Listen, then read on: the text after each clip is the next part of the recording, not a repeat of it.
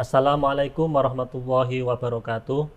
Alhamdulillahirrabbilalamin. Wa bihi nasta'in ala umuri dunya waddin. Sayyidina wa maulana Muhammadin wa ala alihi wa sahbihi ajma'in. Rabbi shrah li sadri wa yassir li amri wahlul 'uqdatam min lisani yafqahu qawli. Amin. Pemirsa MCT TV, para penonton, sahabat ngopi, dan pendengar Dudai dimanapun Anda berada. Pertama-tama mari kita panjatkan syukur kita ke hadirat Allah Subhanahu wa Ta'ala, yang mana pada kesempatan kali ini kita bisa bersua kembali di acara ngopi ngaji online perkara Islam. Kedua kalinya salawat dan salam semoga tercurahkan dari Nabi Agung kita Nabi Muhammad SAW. Semoga mahabbah kita kepada baginda Rasul dapat memberikan kemudahan hidup di dunia dan kelak di yaumil qiyamah kita mendapatkan syafaatnya. Amin amin ya rabbal alamin. Pemirsa MCT TV, para penonton, sahabat ngopi, dan pendengar Dudai dimanapun Anda berada. Alhamdulillah kita bisa berjumpa kembali di acara ngopi ngaji online perkara Islam, dan malam ini kita sudah sampai di episode yang ke-156. Nah, pada episode kali ini seperti biasa kita akan mendatangkan tamu, mendatangkan narasumber yang sesuai dengan kompetensi tema yang akan kita angkat. Untuk kali ini kita sudah datang ini narasumber kita, guru kita, beliau adalah Ustadz Ahmad Supriyadi. Assalamualaikum Pak Ustadz. Waalaikumsalam warahmatullahi wabarakatuh. Alhamdulillah sehat, luar biasa. Ini lama saya dengan tidak ketemu ini. Ya, lama ini acara ngopi di Risma City. Ini baru bisa, mohon maaf ya, baru bisa bersua kembali bersama jenengan dan pemirsa Budiman dimanapun berada. Karena ini pemirsa, beliau sekarang sudah sibuk, ceramah di mana-mana, juga di pejabat di desa, jadi ya sangat sulit waktunya untuk kita ajak ngopi kan. Ini nanti kalau saya malah takabur gimana ini? Sesuai dengan fakta yang ada. Oh gitu, ya. Dan seperti biasa, para pemirsa, teman ngopi saya, Mas Aldi. Assalamualaikum Mas Aldi. Waalaikumsalam warahmatullahi wabarakatuh. Kabarnya berapa Mas Aldi? Alhamdulillah baik Mas Anis. Baik ya. Ini Mas Anis sendiri gimana kabarnya? Alhamdulillah baik. Alhamdulillah baik. Harus baik. Kalau misalkan kurang baik ya berusaha untuk baik sebagai tanda syukur kita kepada Allah. Apalagi Dan kita perlu diingat ya, ukuran gemuk tidaknya bukan ukuran baik tidaknya ya. Yang penting sehat dan yang gitu bisa sehat, ngopi sampai sini kan bisa jadi baik gizinya tadi. Wah iya betul ini. Nah ini terutama kemarin kan kita baru tahun baruan kan Mas. Ya ini mungkin cocok sekali kalau kita membahas tentang tema-tema yang masih hangat ketika tahun baru. Jadi nggak hanya kopi saja yang hangat, tema juga harus hangat. Iya harus itu. Ya jadi tentang mengupgrade diri Mas Anis. Oh, tentang bagaimana kita bisa menjadi manusia yang berkualitas itu ya. Nah, kan kadang kalau tahun baru kan ada resolusi-resolusi gitu kan. Artinya kan begini Mas Aldi ya, biar kita itu di tahun ini tuh lebih baik daripada tahun yang lalu kan gitu. Nah, lalu kira-kira apa yang harus kita upgrade gitu? Ya kan ibaratnya kalau manusia itu, kalau kata upgrade ya Mas Adis, itu saya jadi teringat sama gadget Ustadz. Gadget itu apa? Gadget ya kayak HP, terus komputer itu kan. Kan udah ada hardware sama softwarenya kan. Nah itu softwarenya kan biasanya kan update terus, hardware juga upgrade gitu kan. Nah itu manusia mungkin juga seperti itu kan. Fisik dan rohaninya itu kan juga perlu di-upgrade gitu kan Mas Anies. Mungkin kalau saya memahaminya seperti itu Ustadz. Tentang manusia itu loh untuk upgrade. Berarti ini kita bagaimana bisa mengupgrade diri kita kan gitu. Nah ini kita sudah datangkan pakarnya. Ini berarti kalau di istilah lain itu di HP berarti teknisi gitu ya. Iya, pakarnya, teknisinya mengupgrade diri gitu. Ustadz, bagaimana biar kita bisa upgrade diri di tahun baru ini? Oke ya, terima kasih. Assalamualaikum warahmatullahi wabarakatuh. Waalaikumsalam warahmatullahi wabarakatuh. Seluruh kru MACT dan pemirsa dimanapun Anda berada, manusia adalah makhluk paripurna. Allah menciptakan banyak makhluk, dari yang kita kenal tuh era yang mungkin kalau kita baca atau di YouTube itu kan era prasejarah, adanya binatang, dinosaurus itu sudah punah jutaan tahun yang lalu, kemudian ganti lagi, dan terakhir ciptaan paripurna Allah adalah manusia. Dan Allah tidak akan menciptakan makhluk lagi setelah menciptakan manusia. Jadi kita itu makhluk paling bontot. Paling bontot, paling sempurna. Edisi terakhir tapi the best ya, the best creation dari Allah. Nah oleh karena itu sebagai makhluk yang sempurna, seharusnya siapapun di antara kita memahami bahwa kita itu adalah makhluk paling sempurna. Ini sempurna dalam segi apa, Ustaz? Apapun ya. Dari fisik, baik tadi hardware-nya maupun software-nya. Coba kalau dari hardware kita perhatikan, ada tak makhluk ciptaan Allah yang sehebat manusia, seganteng manusia? Nah, kita tengok, kita ke barat sedikit, di sana di Mangkang ada yang namanya orangutan. Nah, kebun binatang ya itu. Kebun binatang saya kok nyunduk gini enggak enaknya. Bukan gitu, maksudnya itu ke barat tadi ya, ke barat dan saya pun itu saya. Ke barat sana itu ada zoo ya di milik kita Semarang. Kalau kita tengok ke sana, coba tuh ada enggak makhluk yang mirip dengan kita? Mungkin secara fisik ada ya punya ini anggota tubuhnya itu sama tangan, dengan manusia, kaki. Ada tangan, kaki. Tapi apakah seindah manusia? Tidak. Itu baru dari hardware. Terus software.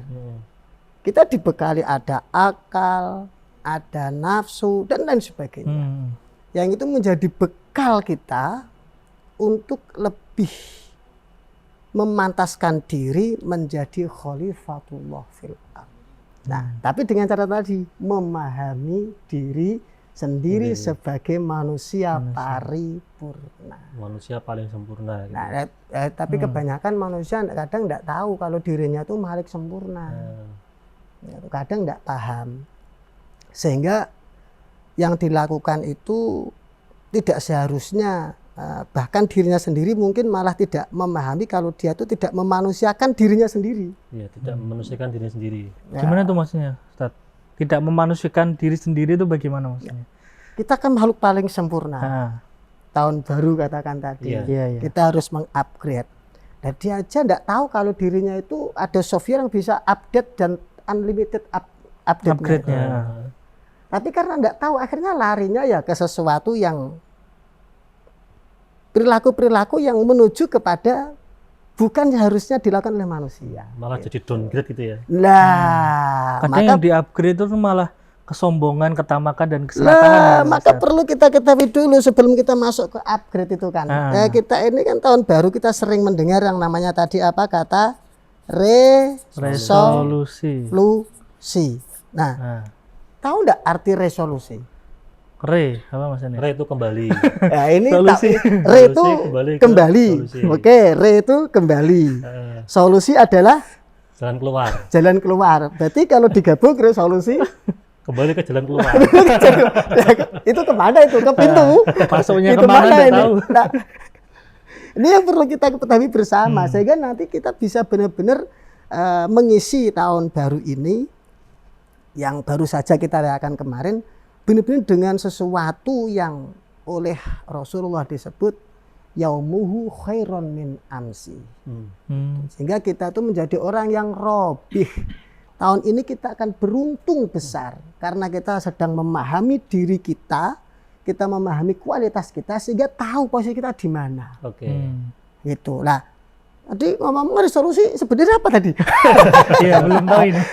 Mungkin di sini bisa melihat, bisa googling, pemirsa di rumah juga bisa googling itu resolusi apa. Nah, saya juga tak coba googling biar nanti sama-sama kita memahami. Jangan sampai kita sering ngomong tapi kita tidak pernah tahu apa yang kita sampaikan.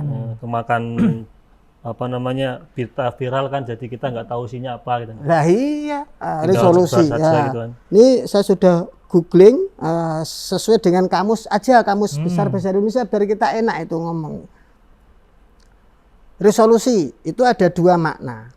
Yang pertama disebutkan kalau di kamus besar bahasa Indonesia itu putusan atau kebulatan pendapat berupa permintaan atau tuntutan yang ditetapkan oleh rapat atau musyawarah.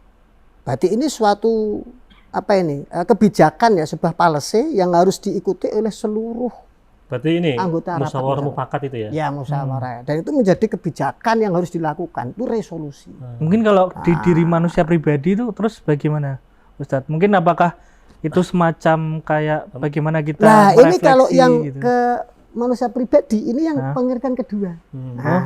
Yang kedua adalah pernyataan tertulis.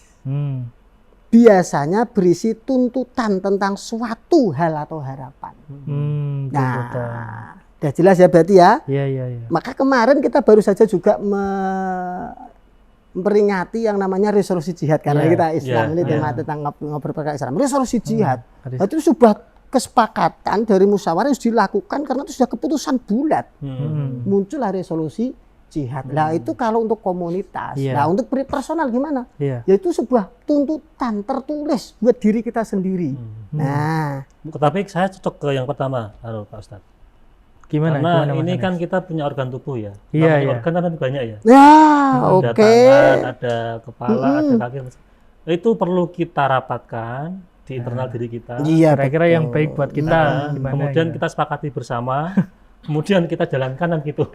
Iya. Cuma ini kalau merujuk ke yang makna pertama, tapi untuk diri sendiri yang kita sebut bahwa ini adalah sebuah sistem itu kan terdiri dari banyak organ yang harus disatukan sehingga ada pernyataan tertulis, ada pernyataan sikap gitu kan. Nah, ya ini monggo tentang saja pernyataan boleh, sikap gitu ya. Kan kadang gini Ustadz, antara pikiran dengan hati itu berbeda. Ya betul. Pikiran mau ke selatan, hati ke utara. Iya itu banyak itu. Nah makanya kita harus tahu posisi kita. Gimana itu? Posisi kita. Kita mau resolusi. Kita mau resolusi ya. Nah, mau resolusi. Lawang masalah aja nggak tahu. Kita sekarang di posisi di mana? Nggak tahu. Apakah di titik sini atau di titik atas atau mungkin kita sedang di bawah garis. Kalau kita nggak tahu, gimana meresolusi? Maka akhirnya hidupnya ya nyelonong, datar-datar aja. Besok mau ngapain mas? Lah urip sing penting lah, anggur iso ngopi lah selesai. Oke, kembali ke makna resolusi. Ngemeng-ngemeng nih. Mas Anies dulu, sudahkah buat pernyataan tertulis untuk tahun 2024 atau resolusi 2024 apa nih? Kalau tertulis belum. Tapi kalau secara etikot, secara keyakinan kita harus lebih baik dari tahun sebelumnya, entah dari ibadahnya ataupun dari aktivitas yang lain. Nah, kalau Mas yang cakep ini ya, ini katanya mau Mas cakep ini aja nih membangun rumah tangga. Wih, ini solusinya bangun rumah ya. Waduh, rumah tangga. Rumah sama tangganya. Rumah dan tetangga nih, rumah atau tetangga nih gitu ya, bangun rumah ya. Ya monggo. Kita harus tahu posisi kita di mana. Apakah kita ini sedang turun atau tidak, sehingga resolusi ini itu kembali ke diri kita masing-masing. Berarti gini ya, sesuai kebutuhan jenengan. Kita harus tahu posisi kita. Betul. Kondisi diri kita. Iya. Kalau enggak tahu gimana mau resolusi? Mau mencari solusi, wong enggak tahu masalahnya. Nah, sehingga kita perlu merencanakan sesuatu dengan benar dan perlu diketahui bahwa kita tadi satu adalah sebagai hamba Allah. Kita sebagai hamba Allah nih. Ini sebagai tadi posisinya. Iya, kita sebagai hamba Allah. Kita tidak hanya seorang hamba saja, tapi ada yang punya kita. Siapa? Allah. Kita miliknya Allah. Kalau sudah tahu kita miliknya Allah, maka seluruh potensi yang ada seharusnya digunakan untuk menuju kepada jalan-jalan yang ditetapkan oleh Allah. Baru nanti kita akan bisa mengenal yang namanya upgrading. Kita mau upgrade. Apa yang di-upgrade nih? Nah, upgrade apa artinya? Nah, kayak tadi aja resolusi dari dua kata, re dan solusi. Nah, kalau upgrade gimana upgrade? Up atas, grade kelas. Up ini artinya atas. Oke. Kalau grade kelas. Kelas boleh. Berarti ini kelas atas. Naik kelas. Kenaikan tingkat menuju ke arah yang lebih baik. Kita harus bisa menaikkan tingkat kita, posisi kita. Lah, gimana kalau kita mau menaikkan tingkat, Bang? Posisi aja enggak tahu. Nah, ya, itu kira-kira ada tingkatan jiwa atau diri enggak? Nah, maka itu yang penting itulah. Berarti harus ikut ujian dulu, Ustaz. Biar naik kelas maksudnya dulu. Ya. Pasti ada ujiannya. Dan ujian hidup itu tidak pernah tertulis oleh Allah. Tertulis maksudnya tertulis diberikan kepada kita seperti kita ujian tidak. Tapi setiap hari itu adalah ujian buat kita. Loh, kok bisa? Ya Allah itu kan di dalam salah satu ayat Al-Qur'an Allah itu menyebutkan gitu kan, alladzi khalaqal mauta wal hayata Allah lah yang menciptakan khalaqal maut, mati, wal hayata, dan hidup. Tujuannya apa? Liyabluwakum, untuk menguji kalian, menguji kita. Jadi adanya kehidupan yang saat ini kita jalani itu merupakan ujian yang setiap saat harus kita lalui. Tapi tidak pernah tertulis kayak gini, ada lembaran kertas, tidak ada. Dan ini sering kita tidak sadari bahwa kita ini sedang mendapat ujian dari Allah. Berarti itu ya, hidup aja itu ujian. Ujian, apakah Nyon Sewu saat ini kita di kondisi ekonomi nih, kalau yang bicara ekonomi nih, ekonominya sedang turun atau pas-pasan atau sedang berada di posisi tinggi, itu ujian dari Allah. Nah, sedang orang itu mengatakan dan mayoritas berpendapat yang namanya ujian hidup itu ya kalau miskin, terpuruk, bisnis gagal, usaha gagal, itu baru ujian. Rata-rata orang begitu. Iya, ketika tinggi, posisi tinggi, kita sedang punya jabatan, posisi ekonomi mapan, jarang sekali orang mengatakan kita ini sedang diuji Allah dengan kemuliaan, dengan jarang kan? Nah, tadi tuh al maut wal hayat. Jadi hidup itu juga ujian, maut, mati juga ujian. Maksudnya mati juga ujian, maksudnya gimana? Ini dalam hal fisik atau tadi seperti? Siap enggak? Oh, mati siap menghadapi perjumpaan seorang hamba tadi, bahwa kita adalah hamba Allah, ketemu dengan Sang Khalik. Gimana itu tidak sebuah ujian? Yang mana fasenya lebih panjang daripada kehidupan di dunia. Kita hidup manusia rata-rata 60 tahun, 70 tahun. Nah, cuma untuk yang survei terbaru ini kan untuk masa hidup manusia ini di Indonesia itu paling lama 82 tahun. Jadi 80 tahun itu rata-rata sudah nanti meninggal. Ya ada yang lebih, ada. Nah, rata-rata itu taraf hidup manusia itu di Indonesia 80-an tahun. Nah, 80 tahun di dunia. Setelah itu masuk ke alam barzah. Kemudian alam kubur sampai terus ila yaumil qiyamah. Berapa tahun? Bukan itu sebuah fase yang panjang. Gimana kita tidak menyebut itu sebuah ujian juga? Nah, maka perlu ini yang perlu kita bahas nanti, sebuah resolusi kita membuat kesepakatan pada diri kita sehingga kita bisa mengupgrade kualitas kita sebagai seorang hamba Allah, supaya semuanya bisa diorientasikan apapun itu, entah fisik kita, entah apa kekayaan, harta atau apapun itu. Termasuk jomblo-jomblo ini, ini ujian ini. Iki aku ndak laku-laku tuh karena Allah ndak ngasih atau gimana? Atau kita menyalahkan Allah atau menyalahkan siapa? Ini yang perlu kita bahas di sini nih, pentingnya ini ya.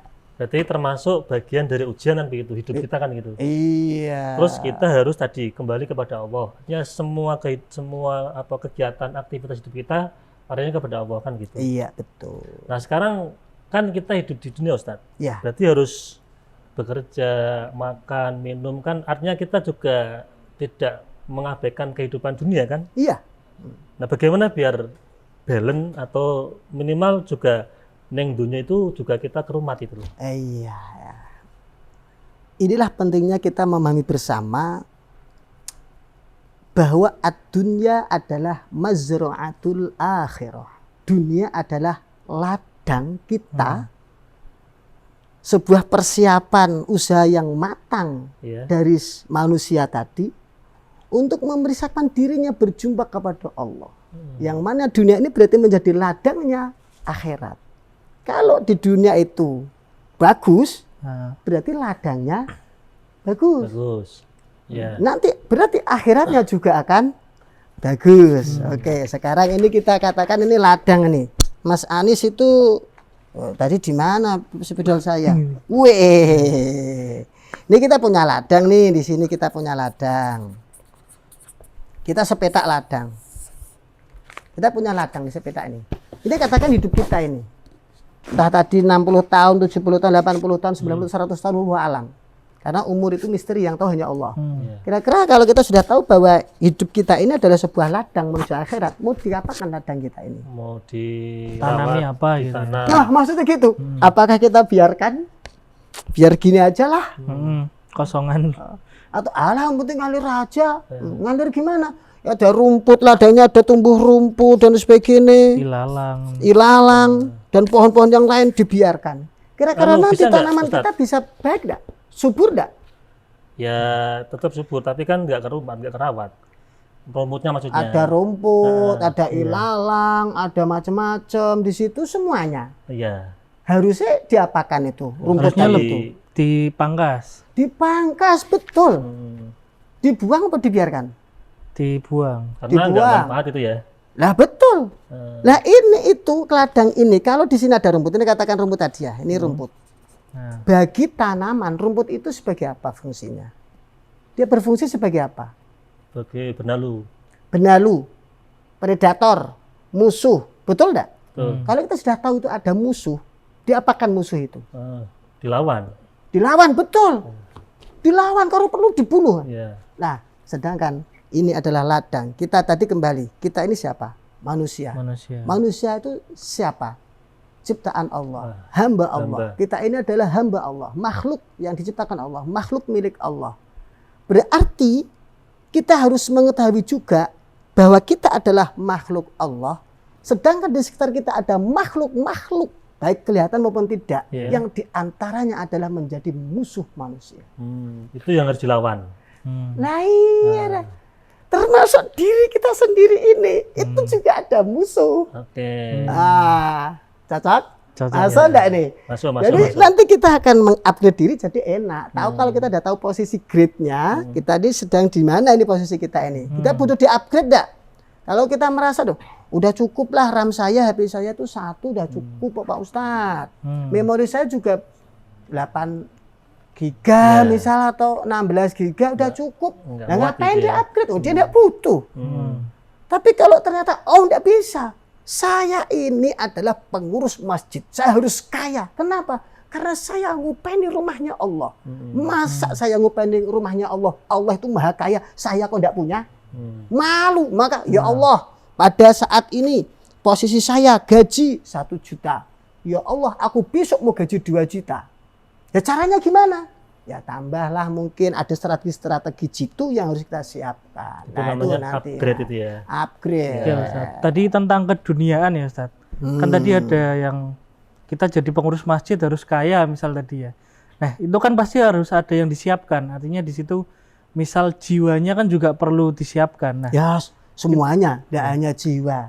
Tidak hanya jiwa yang perlu disiapkan. Nah, kita sering mendengar para ustadz, para dai, para khotib, bahkan mungkin jenengan juga masih hafal itu kan, bahwa kalau kita mau meraih dunia maka kuncinya ada dengan man arada dunya fa'alaihi bil ilmi.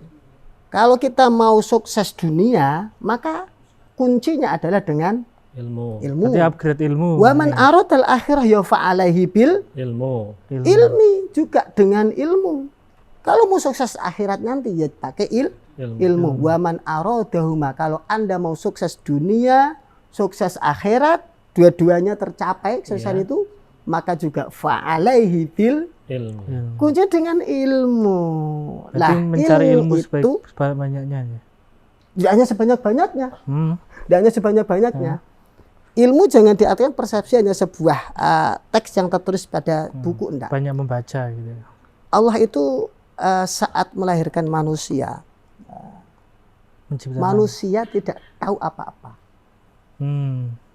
Huwallazi akhrajakum min butuni ummahatikum la ta'lamuna syai'a. Dialah Allah zat yang mengeluarkan kita dari rahim perut ibu kita. La ta'lamuna syai'a, dalam keadaan kita tidak tahu apapun. Kemudian faja'ala lakumus sam'a, Allah kemudian memberikan kepada kita sebuah potensi panca indera untuk menangkap segala sesuatu menjadi ilmu. Satu as-sam'a, pendengaran. Wal absor, penglihatan. Wal afidah, dan hati. Tujuannya apa? La'allakum tashkurun, agar kita bersyukur atas nikmat Allah. Nah, saat kita tidak tahu segala sesuatu, kemudian kita hidup di dunia ini ternyata kuncinya harus dengan ilmu, maka kita harus menyiapkan semuanya. Satu, yang disebut dengan IQ atau intelligent quotient. Kecerdasan intelijensi atau otak, akal. Itu yang harus kita gali potensinya. Maka dengan membaca ini, ada buku, ada kitab, dan lain sebagainya. Ini sumber makanan IQ ini. Makanan rohani juga berarti ya. Ini belum makanan rohani. Belum. Ini makanan otak ini. Itu pengetahuan kita kan, pengetahuan kita. Akal ya, untuk pengetahuan IQ tadi. Termasuk membaca keadaan, kondisi juga bisa enggak itu? Nggak harus baca kitab atau buku kan? Oh iya. Yang kedua. Ya, termasuk ini Pak Ustadz, kan ini karena kondisi sudah mulai iklan, kita akan jeda dulu yang mulai.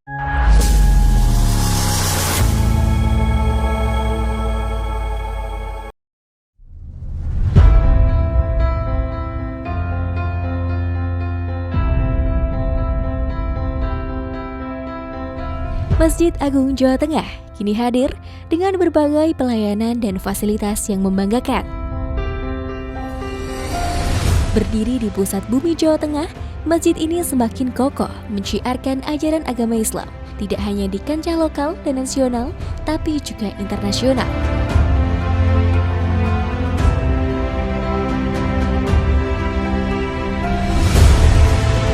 Mengikuti perkembangan dan kebutuhan masyarakat, Masjid Agung Jawa Tengah mempersembahkan sebuah lokasi yang mengantarkan, lokasi yang membekali untuk ibadah yang suci, manasik haji dan umroh Masjid Agung Jawa Tengah.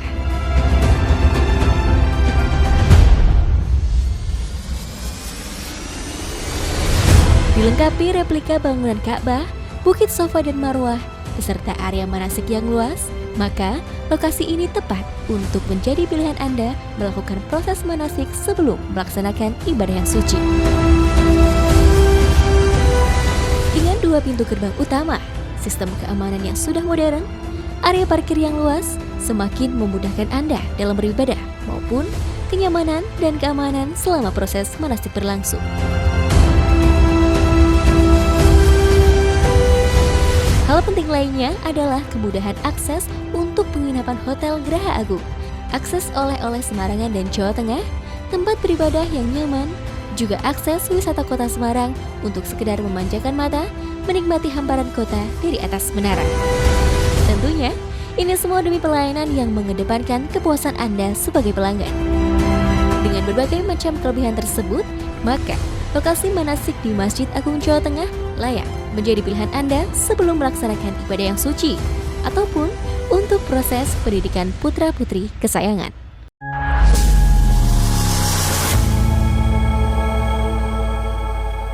Pemirsa Masjid TV, para penonton, sahabat ngopi dan pendengar Dais dimanapun Anda berada, kembali lagi bersama kami di acara ngopi ngaji online perkara Islam. Ini masih bersama Ustadz Ahmad Supriyadi dan Mas Aldi. Ustadz, tadi menarik kita bahas tentang bagaimana potensi akal IQ kita harus benar-benar di-upgrade dengan baik kan gitu. Iya. Nah, caranya gimana? Ya, tadi dengan membaca, belajar baik dari browsing ya. Ini sekarang kan eranya browsing ya. Dari internet, dari Google, dari apapun, cuma lebih baik kalau kita itu berguru ada gurunya gitu ya, majelis apa. Kalau kita dari jet gawe ini ya kita nambah-nambah saja lah, nambah informasi aja, berita-berita. Ya kan belum pasti kebenaran juga kan. Ya di samping belum tentu benar juga, kita kadang tidak bisa memahami. Ya, mencerna sebuah ilmu yang ada di situ. Nah, khawatirnya malah kebablasan ini. Pengen ngupgrade diri malah tersesat ya. Downgrade. Bukan downgrade, terlalu tinggi sehingga dia bingung, stres malah. Oke. Nggak sesuai sama dirinya sendiri. Iya, dia tidak tahu potensi diri sendiri. Dan ini ada. Kalau misalkan kayak gini ngopi, diskusi, itu bisa nggak untuk upgrade? Ya bisa. Ini kan sama aja, kita itu kan ada seorang ustadznya, sehingga kita bisa mengarahkan kalau pembicaraan kita terlalu jauh, nanti kita kembali ke koridor kayak tadi gitu kan. Nah, itu kalau yang pertama. Potensi kedua adalah kita perlu memahami diri sendiri bahwa kita tuh ada fisik quotient. Apa itu? Kecerdasan otot. Kalau tadi kan otak. Sekarang otot. Secara motorik ini otot mungkin ini. Ada itu orang langsung kita misal. Oh iya, refleks ya. Nah, ini enggak refleks ini. Karena bukan bahaya. Nah, enggak, kadang itu orang itu meskipun tidak bahaya, itu langsung ketika ada sesuatu yang menurut dia itu sudah serangan, padahal tidak serangan, itu langsung refleks. Berarti gesit itu ya? Karena memang ototnya sudah dilatih, dia cerdas ototnya ini. Coba kita, jadi saya gitu tidak terbiasa main ada bola kecil terusnya ada pingpong. Nah, main pingpong, tenis meja. Saya tidak pernah main tenis meja. Yang saya pegang adalah bolpen. Sering misal. Saya sama-sama megang.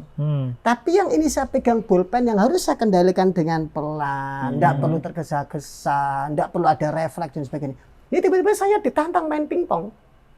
Level internasional lagi. Yang satu udah terlatih, saya enggak bisa. Coba Mas Hanis misalnya di posisi saya, gimana? Apa yang terjadi? Mending langsung nyerah aja. Nah, artinya di situ bahwa kita ini fisik ini perlu juga dilatih. Otot kita perlu dilatih. Ada kecerdasan otot. Jadi seperti kameraman kita kan ada yang pesilat juga Mas Hanis. Masukkan. Jadi sekali itu ada mungkin tuh kameranya jatuh, kita langsung refleks. Beda sama yang enggak tahu nih. Iya enggak sigap loh. Jatuh. Kamera jatuh kayak refleks. Jatuh. Lucu kan akhirnya. Nah, gitu. Yang ketiga adalah namanya EQ atau emotional quotient. Kecerdasan emosional. Nah, bagaimana dia punya empati, punya perasaan kepada orang lain dan sebagainya. Itu masuk dalam kecerdasan yang perlu di-upgrade juga di tahun 2024 ini, sehingga nanti kita jadi orang yang sukses karena kita peduli, proaktif dan sebagainya. Nah, ini berarti kecerdasan emosional gitu. Emosional. Kalau misalkan kayak orang yang marah-marah kemudian menang-menang sendiri, itu termasuk nggak cerdas secara emosi atau gimana? Ya cerdas dia punya kecerdasan emosional, cuma belum bisa mengendalikan emosional. Itu masalahnya di situ. Dia cerdas, kecerdasan, akhirnya ya sering marah-marah. Dan ini kita di sini punya pengendali. Pengendali siapa? Ya dirimu sendiri. Yang akan kita bahas keempat, yang disebut dengan SQ, spiritual quotient, kecerdasan spiritual. Jadi jiwa kita ini, kecerdasan jiwa, peka, kita punya satu responsibility, tanggung jawab. Tadi kita sebut di awal bahwa kita adalah hamba Allah, makhluknya Allah. Kita punya tanggung jawab kepada Sang Pencipta, Al-Khaliq, yaitu Allah. Kalau punya tanggung jawab, kita akan mencari apa sih yang diamankan pada kita, kan begitu? Nah, terus baru setelah kita tahu, ya Allah ternyata diamanatkan tuh satu syahadat.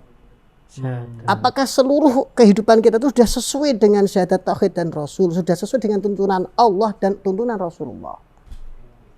Yang mana itu nanti terwujud dalam yang kedua, yaitu sholat.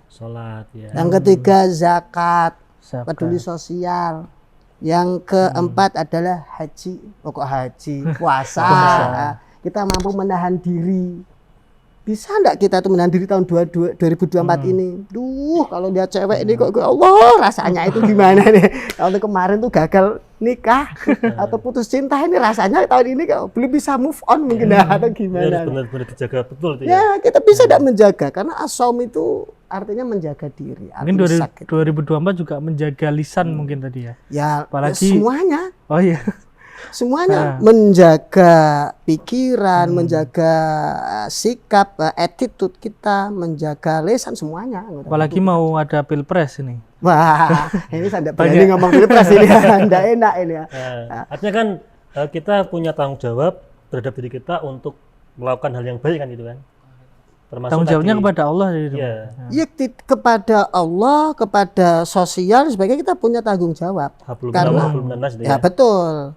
Karena yang kedua cirinya spiritual quotient itu adalah kita harus punya yang namanya sifat atau sikap humanity. Kita memanusiakan manusia. Kemanusiaan yang adil dan beradab. Wah, itu keren itu kan Indonesia. Memanusiakan manusia itu seperti apa modanya, Ustaz? Termasuk memanusiakan diri sendiri mungkin, guys. Nih contoh konkret nih, misal saya sebagai tamu di sini dikasih jamuan, ada minum, ada kopi, ada cemilan. Nah, kira-kira ini kebutuhan manusia enggak? Kebutuhan manusia. Kebutuhan manusia. Ada kursi. Terus kalau ini ada tamu, kursi aja enggak disiapin. Datang dibiarin, oh Pak Ustadz ya, selesai gitu aja. Itu berarti kurang. Lihat kita syuting mulai, yuk. Gimana coba? Memanusiakan enggak itu? Wah ini, aduh ini tega banget ini ya.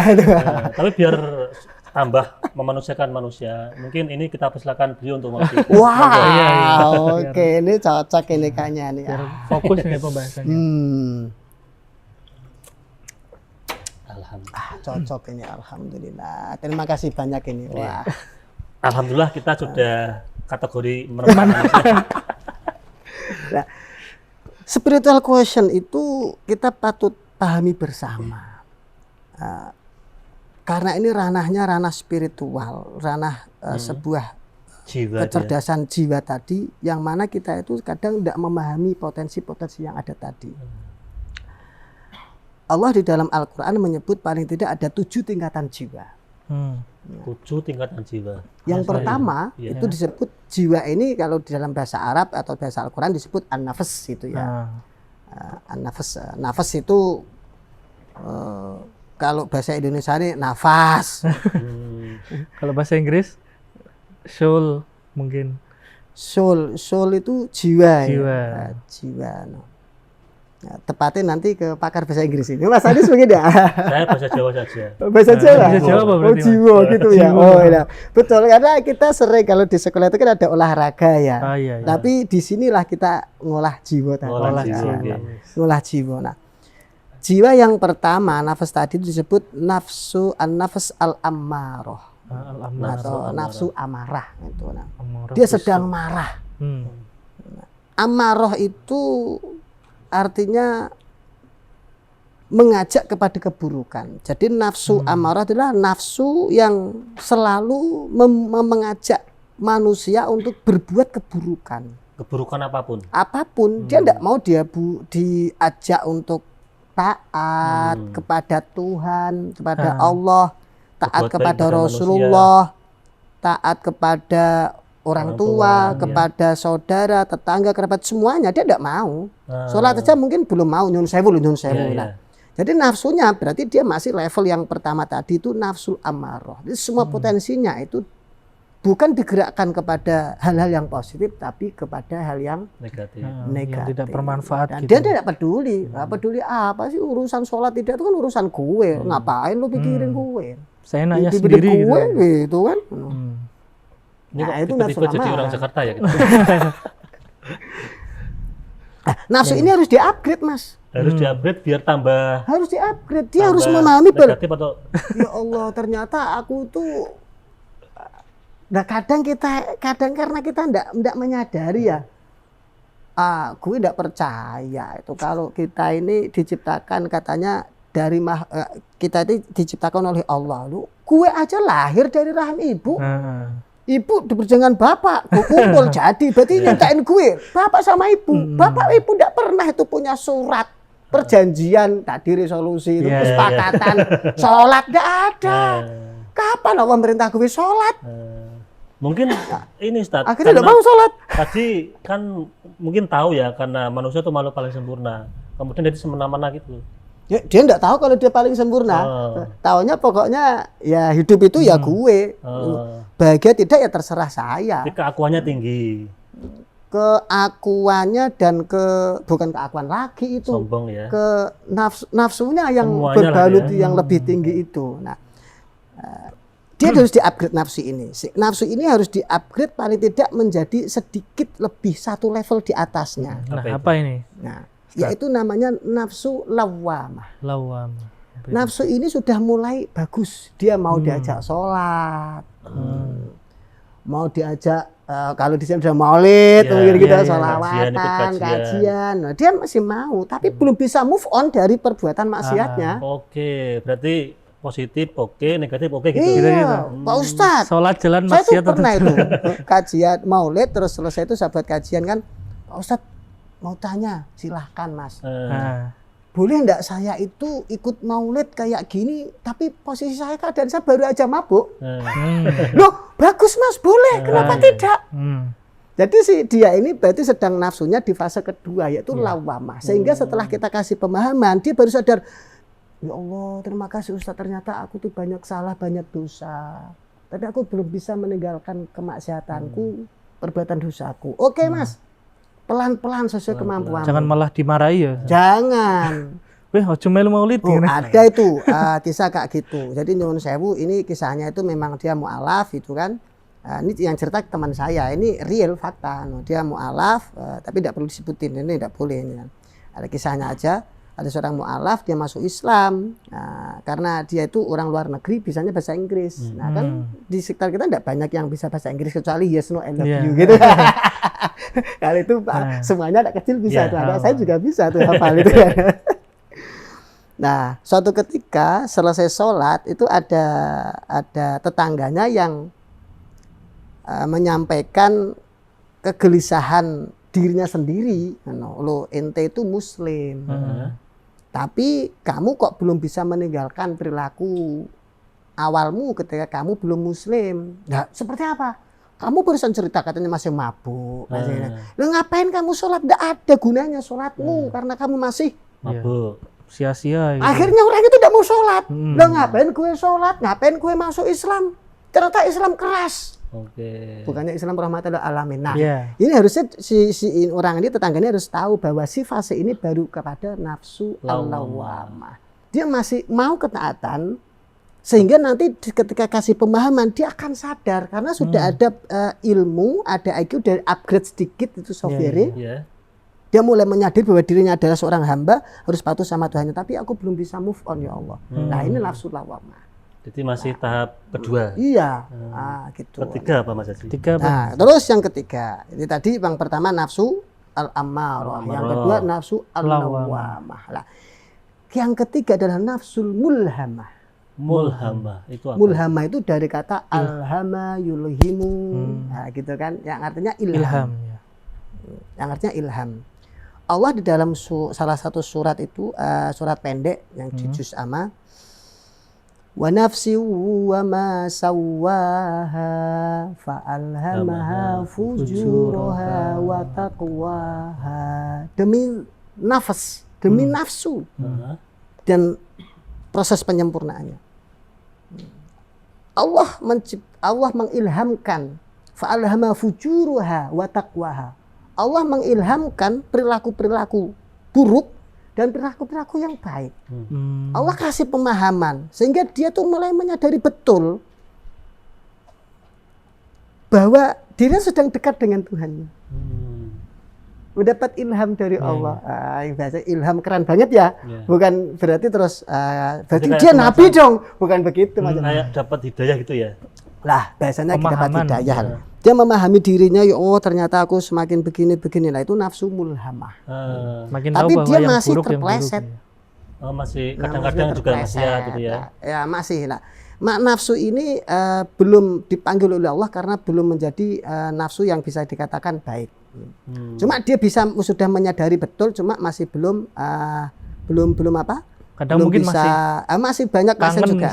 Nah kalau yang lawamah tadi bedanya itu dia masih suka menyesali. Ini dia sudah bukan lagi ke tahap hanya penyesalan saja. Karena kalau penyesalan itu nanti dia hanya asik di penyesalan saja, tidak move on ke tahapan yang mulhamah tadi. Sudah semakin mencintai yang namanya ibadah-ibadah itu. Maksudnya itu udah berkurang banget. Nah. Kalau yang mulhamah ini berarti sudah mulai ini ya? Ya dia dapat pencerahan betul lah mungkin gitu ya. Berarti ini sudah kalau ada potensi gitu ya? Potensinya lebih ke baiknya ya, lebih banyak baik, buruknya lebih banyak ya. Tapi belum sampai ke titik yang tenang, yang di mana kita sering mendengar ya ayatuhan nafsul mutmainnah. Nah ini yang keempat. Ini yang keempat nafsul mutmainnah. Nafsul mutmainnah. Irji'i ila rabbiki radiyatan mardiyah. Nah itu udah lengkap itu, nafsunya lengkap itu berarti. Yang keempat adalah nafsu mutmainnah. Nafsu yang tenang, tentram, ya katakan apa bahasanya itu kalau kita nyebut itu. Manusia bukan paripurna, udah pasif income lah kalau mungkin dalam hal ekonomi ya, ada mikir lagi. Ada mikir kerjanya gimana. Terus pokoknya tentram, ayam, adem, tapi bukan berarti nafsu mutmainnah itu pasif income, enggak. Memang nafsunya ini sudah mulai terkendali gitu ya. Terkontrol dengan baik. Enggak mikir keburukan lagi ya. Tidak mikir, cuma ya namanya nafsu ya, namanya nafsu. Ini juga. masih ada juga. Tapi nggak separah yang sebelumnya itu ya. Ya kerja tetap bisa berjalan, tidak seperti di awal. Duhur katanya kecapean. Asar, aduh lagi asik ngopi sama udut-udut rokok tongkrongan.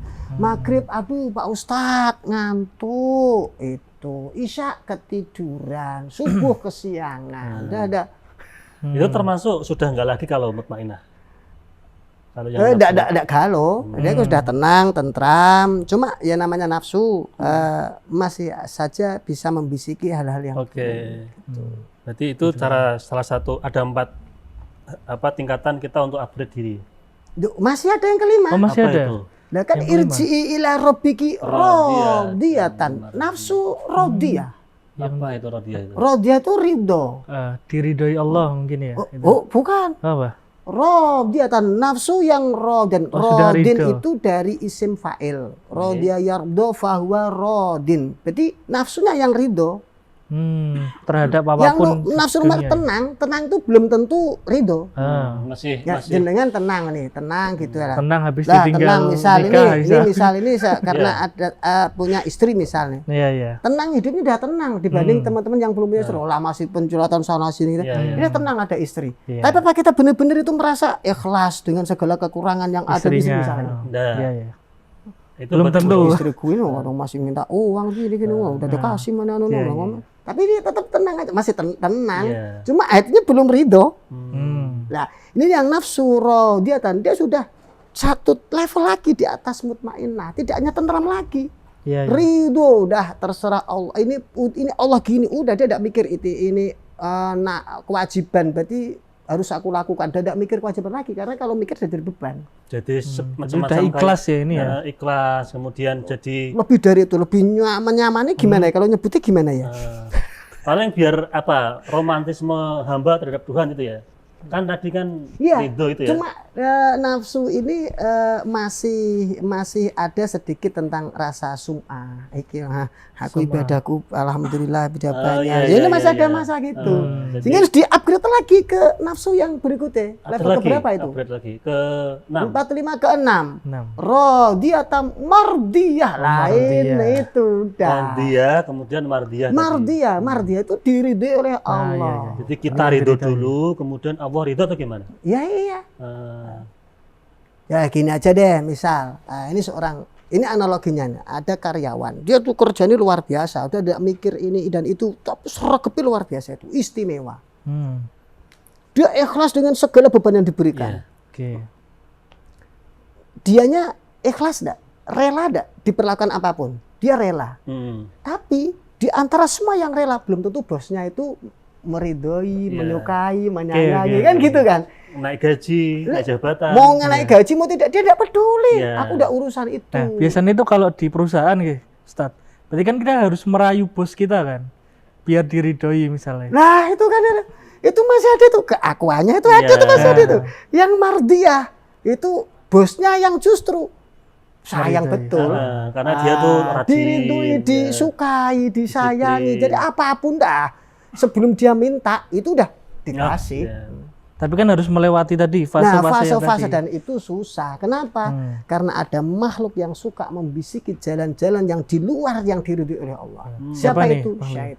Syaitan. Syaitan ini suka membisik dan manusia punya potensi yang namanya nafsu.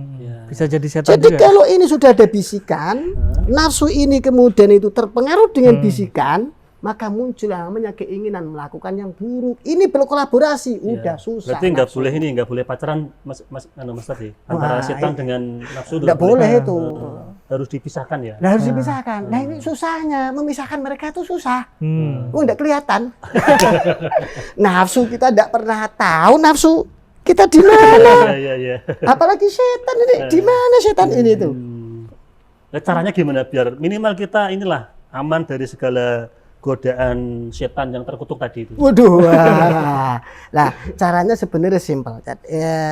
Meskipun tingkatannya tinggi, jadi Syekh Ibnu Athaillah dalam kitabnya Hikam itu memberikan tips kepada kita untuk membedakan mana yang baik dan buruk. Jadi kalau nafsunya itu kita tinggal memilih. Nafsu kita itu yang paling berat itu gimana? Contoh misalnya ini, untuk sholat jamaah. Antara kita sholat jamaah dan sholat antar sholat kan nanti boleh nanti aja lah belakangan. Yang penting sholat. Yang penting sholat. Sama sholat berjamaah itu nafsu berat yang mana? Yang jamaah. Ya, maka pilihlah yang berat. Maka nafsu Anda akan nanti terkendali. Oh, berarti memilih yang nafsu itu paling berat menurut kita. Oke. Wah, ini berat banget ini. Nah, itu justru lakukan. Karena tidak ada yang berat oleh nafsu kecuali perkara yang benar. Oke. Itu yang harus kita pilih kemudian kita lakukan. Kita lakukan. Untuk memilihnya begitu. Melatih nafsu. Kalau kita memilih yang ringan, nanti kita akan ada. Ini ada kalimat yang keren ini kan. Gimana?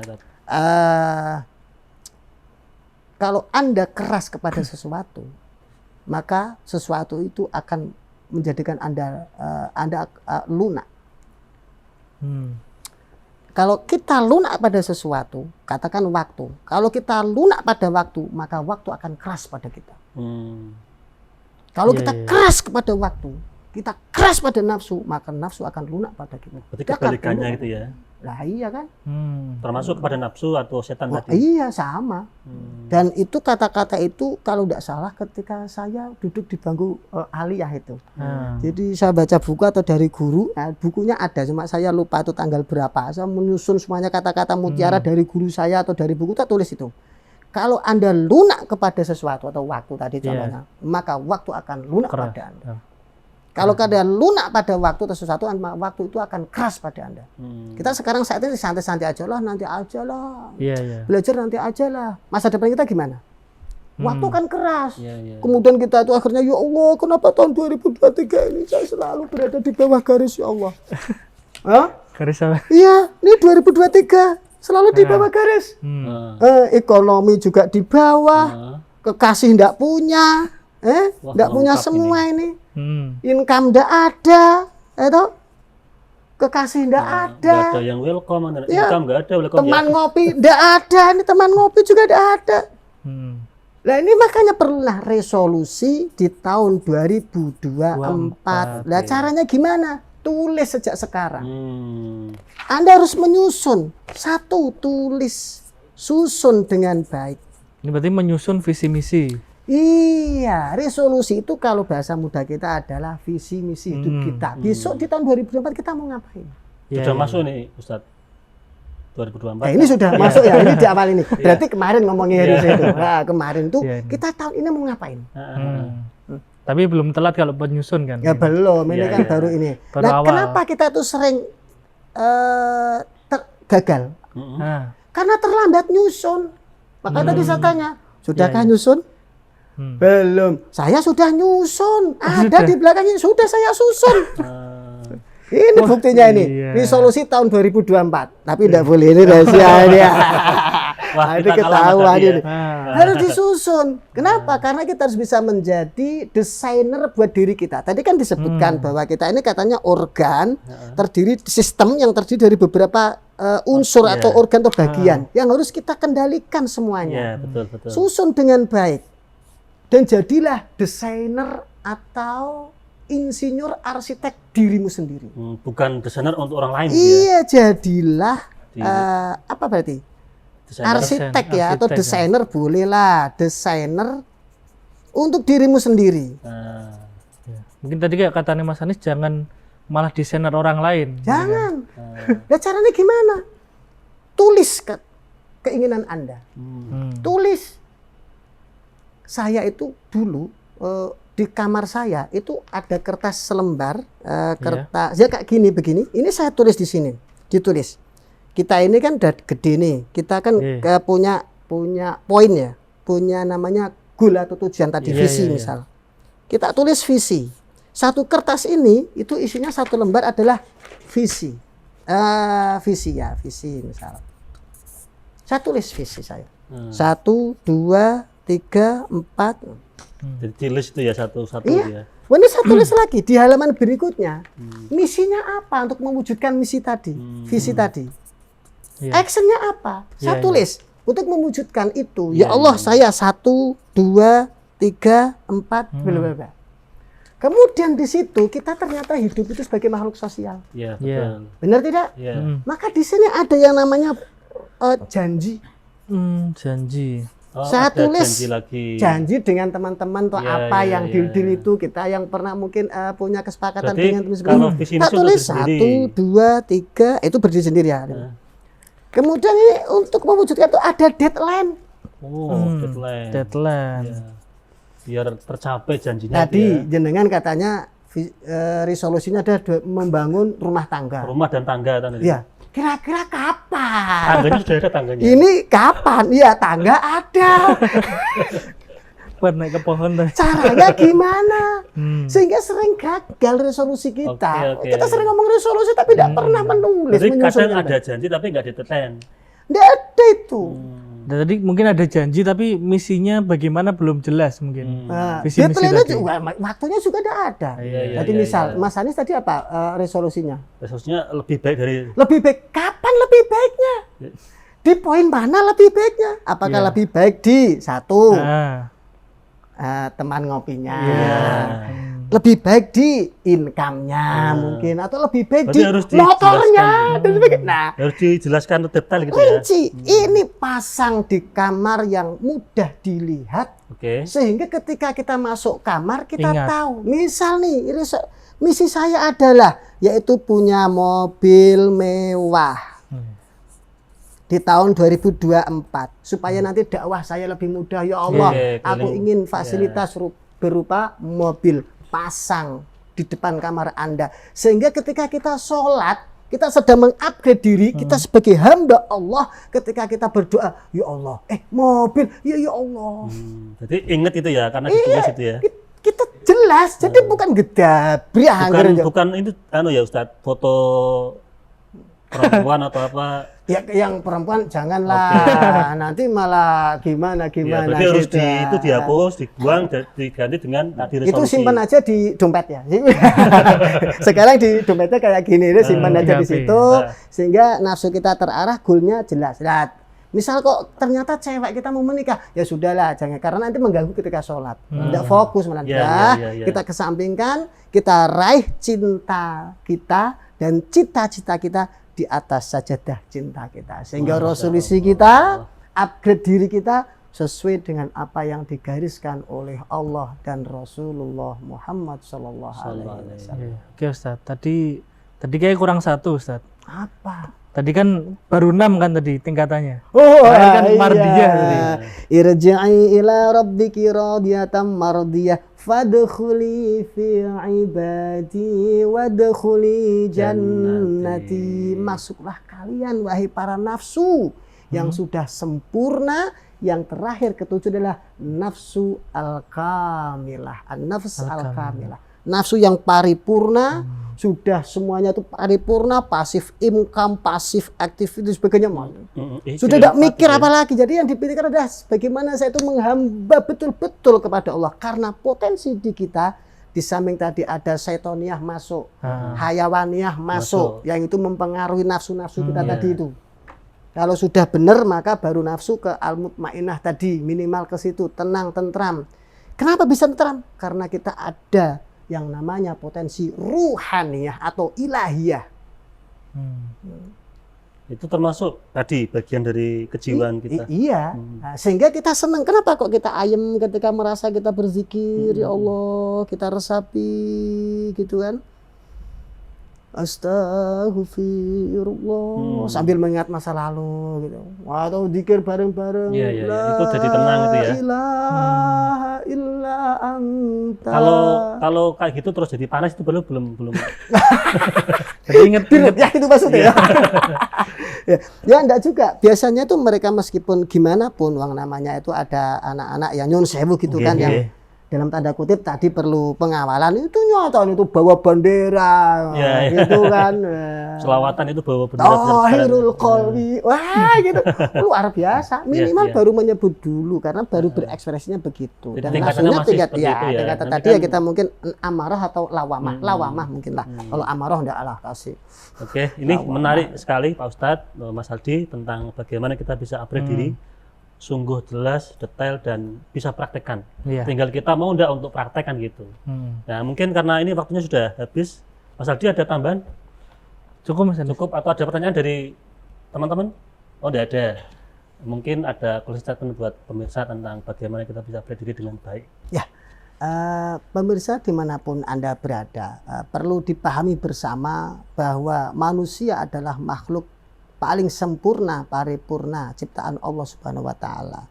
Oleh karena itu, kita patut mengerti potensi kita masing-masing, siapa jati diri kita, mengenal diri kita, tidak hanya mengenal kelebihan kita, juga mengetahui kekurangan kita. Sehingga di tahun baru 2024 ini kita bisa menyusun rencana-rencana program untuk mengupgrade diri kita.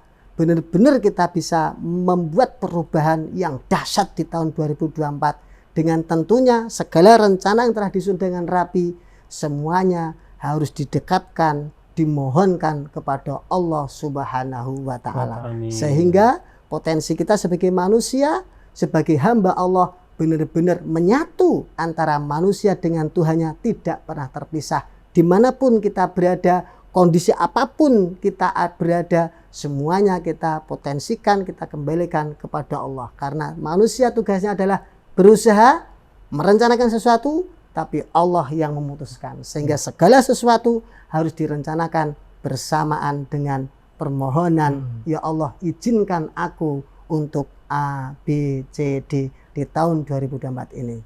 Sekian, semoga bisa memberikan pencerahan dan pemahaman kepada kita semua.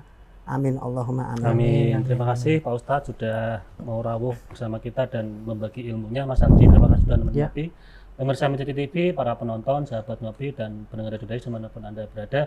Demikian ngopi pada episode kali ini. Saya selaku host, apabila punya salah, punya khilaf, mohon maaf yang sebesar-besarnya. Assalamualaikum warahmatullahi wabarakatuh.